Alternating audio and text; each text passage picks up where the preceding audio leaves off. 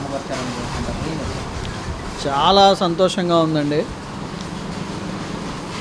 గత 5 సంవత్సరాల్లో గత జగన్మోహన్ రెడ్డి వైసీపీ ప్రభుత్వం చేసినటువంటి దురాఘాతాలు, వాళ్ళు చేసినటువంటి పనుల వలన మన రాష్ట్రం నుంచి వెనక్కి వెళ్ళిపోయినటువంటి పెట్టుబడులు, రాష్ట్రం యొక్క తలసరి ఆదాయం, ప్రజల యొక్క తలసరి ఆదాయం దిగబడిపోవటం చాలా బాధాకరమైన పరిస్థితుల్లో మరి కూటమి ప్రభుత్వంగా ఏర్పడినటువంటి మేము ఎలక్షన్లో అనేకమైన హామీలు ఇవ్వటం, అధికారంలోకి వచ్చిన డే 1 నుంచి కూడా చాలా మదన పడతా ఉన్నాం. ఎలా చేయాలి, ఎలా చేస్తారు మా నాయకులు అని చెప్పేసి బాధపడతా ఆలోచనలో ఉన్న టైంలో చంద్రబాబు నాయుడు గారు అంటే ఇది కూటమి నాయకులు వాళ్ళు ఇచ్చిన హామీలని ఎలా నెరవేరుస్తారో చేసి చూపించినటువంటి పరిస్థితి ఈ 5 నెలల్లో చూసాం.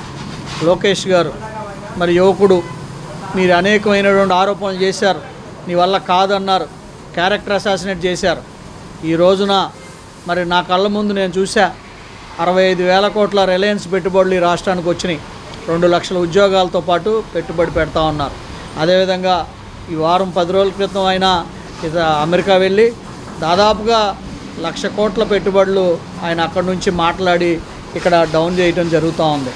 అంటే 20 లక్షల ఉద్యోగాలు చేస్తా అన్న హామీని దాదాపుగా 20-30% ఈ 5 నెలల్లో లోకేష్ గారు చేయటం జరుగుతూ ఉంది.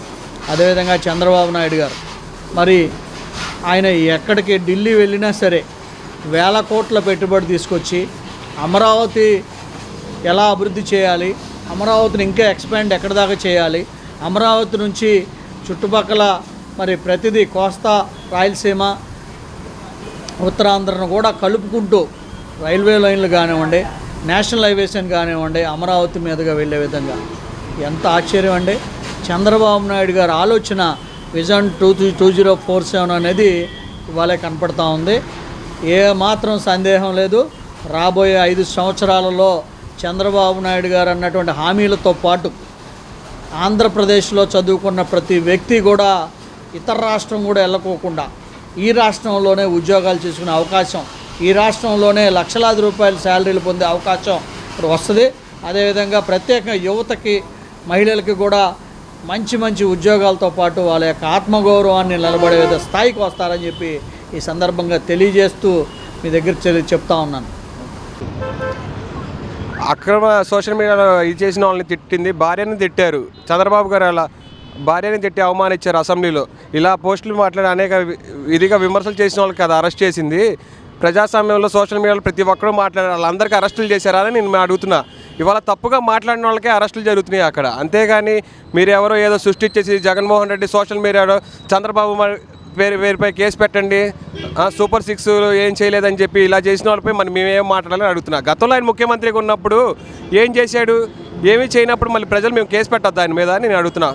ఒక రాష్ట్రంలో ఒక యువకుడిగా నేను అడుగుతున్నాను ఆయన మీద కేసు పెట్టాలిగా. ఇప్పుడు నాకు 3 రాజధానులు అన్నాడు, 5 ఏళ్ళు ముఖ్యమంత్రిగా ఉన్నాడు, ఎందుకు చేయలేకపోయాడు? అమ్మబడి అందరి పిల్లలకు అన్నాడు అమ్మబడి, మరి ఎందుకని మద్యపాన నిషేధం అన్నాడు? ఇవన్నీ ఏమైనా అని అడుగుతున్నా. జగన్ మామయ్య, నువ్వు కేసులు పెట్టాలని సోషల్ మీడియాలో ఇది చేయడం కాదు, నువ్వు ఆలోచించు. నువ్వు ముఖ్యమంత్రిగా ఉంటే ఒక సెక్షను, ఇప్పుడు చంద్రబాబు గారు వచ్చిన తర్వాత ఒక సెక్షన్ ఉండదు. ఎప్పుడు చట్టానికి ఒకటే సెక్షన్, మొత్తం ఒకటే. అంతేగాని మనకు రూల్స్ ఏమి మారవు. నువ్వు మళ్ళీ ముఖ్యమంత్రి అయిన తర్వాత అప్పుడు ఏం ఉండదు. నువ్వు ఎప్పుడైనా ఒకటి ఆలోచించుకో. అసెంబ్లీకి రావడానికి RRR రఘురామకృష్ణ గారిని చూసి భయం వేసి అసెంబ్లీకి రావట్లేదా అంటే నువ్వు అధ్యక్షాన్ని ఆయన పిలవాల్సి వచ్చిందని? ఏదైనా ఒకటి ఉండు, ఆలోచించు. నువ్వు RRR గారిని మీ పార్టీలో ఉన్నప్పుడు ఎంత వేధించావు, అక్రమంగా కేసులు పెట్టి ఆయన 3rd డిగ్రీ ఉపయోగించి ఎన్ని చేసావు నువ్వు? ఆయన్ని మర్యాద ఇచ్చావా? ఆయన వాళ్ళ రోజు చంద్రబాబు గారి నాయకత్వంలో ఒక ప్యానెల్ స్పీకర్గా ఆయన ఎన్నుకుంటాం, డిప్యూటీ స్పీకర్గా. ఎంత సంతోషంగా ఉంది నీకు. ఆయన అధ్యక్ష అని గౌరవంగా పిలవాలనుకుంటే ఇప్పుడు అసెంబ్లీ సమావేశాల్లో రేపు వచ్చి పాల్గో. ఒక యువకుడిగా నేను నీకు చెప్తున్నాను. ఇప్పటి వరకు కూడా రాష్ట్రంలో ఇసుక రేట్ల విషయంలో ఇంకా కన్ఫ్యూజన్గా ఉందని అంటున్నారు, ప్రజలకు అందట్లేదని వైసీపీ వాళ్ళు చేస్తున్న ఆరోపణలు. మరి ప్రస్తుతం ఎలా ఉంది అసలు, ఏంటి రేట్లు, ఏంటి పరిస్థితి ఎలా ఉంది?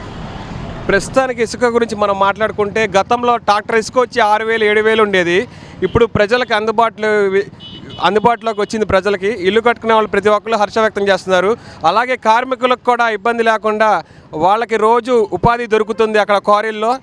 చాలా బాగుందని చెప్పి ప్రజలు దీని మీద తొందర చేసి చెప్తున్నారు. అంటే మొత్తానికి 5 నెలల్లో ఎలాంటి అభివృద్ధి చూసారనుకోవచ్చు అంటారు ఒక మాటలో? 5 నెలల్లో ఇదివరకు అయితే ఇసుక ఆపేశారు, అప్పుడు కార్మికులు ఇబ్బంది పడ్డారు. ఈయన 5 నెలల్లోనే ఇసుక కూడా అసలు ఏమాత్రం ఇది చేయకుండా ఇసుక ఉన్నంత వరకు ప్రజలందరికీ కొన్ని వేల టన్నుల ఇసుక ప్రజలకు అందుబాటులో తెచ్చి కార్మికులందరూ సంతోషంగా పనిచేసుకునే విధంగా చేయడమే ఈ 5 నెలల్లో చేసిన గొప్పతనమే చంద్రబాబు నాయుడు గారిదని నాకు మీకు చెప్తున్నాను.